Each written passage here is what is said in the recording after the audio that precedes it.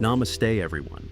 I'm your cPanel guide from the YouStable team. Imagine this, you just bought a brand new car, but you already have an old one. Now, instead of building a separate garage, you park both cars in the same place for convenience. That's exactly what domain parking is like. Let's say you own multiple domain names like Rajesh at youstable.in, Rajesh at youstable.net, Rajesh at youstable.org, but you want all of them to show the same website. Instead of creating separate websites for each domain, you can just park them on top of your main one. Simple, right? But here's the catch. When you try to do it manually, DNS settings, redirects, domain pointing, it can get confusing, and one small mistake might mess up your traffic. That's where YouStable comes in. If you're hosting your website with YouStable, parking a domain through cPanel is incredibly easy. Just a few clicks, your domain is parked and working. And if you ever feel stuck, YouStable's 24/7 support is always there with real humans, not just chatbots. So if you've got multiple domains or plan to buy more in the future, this video is going to save you a lot of time and effort. Let's dive right in and see how to park a domain in cPanel.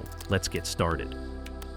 Before parking a domain, you need to update the name server of your domain. You want to park to you main document name server. Parked domains or domain aliases make your website available from another domain name. Now, let's learn how to park a domain.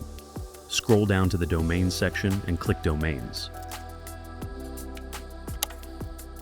Click the Create Domain button.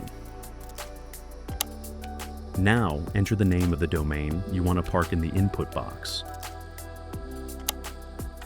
Now, click the Submit button.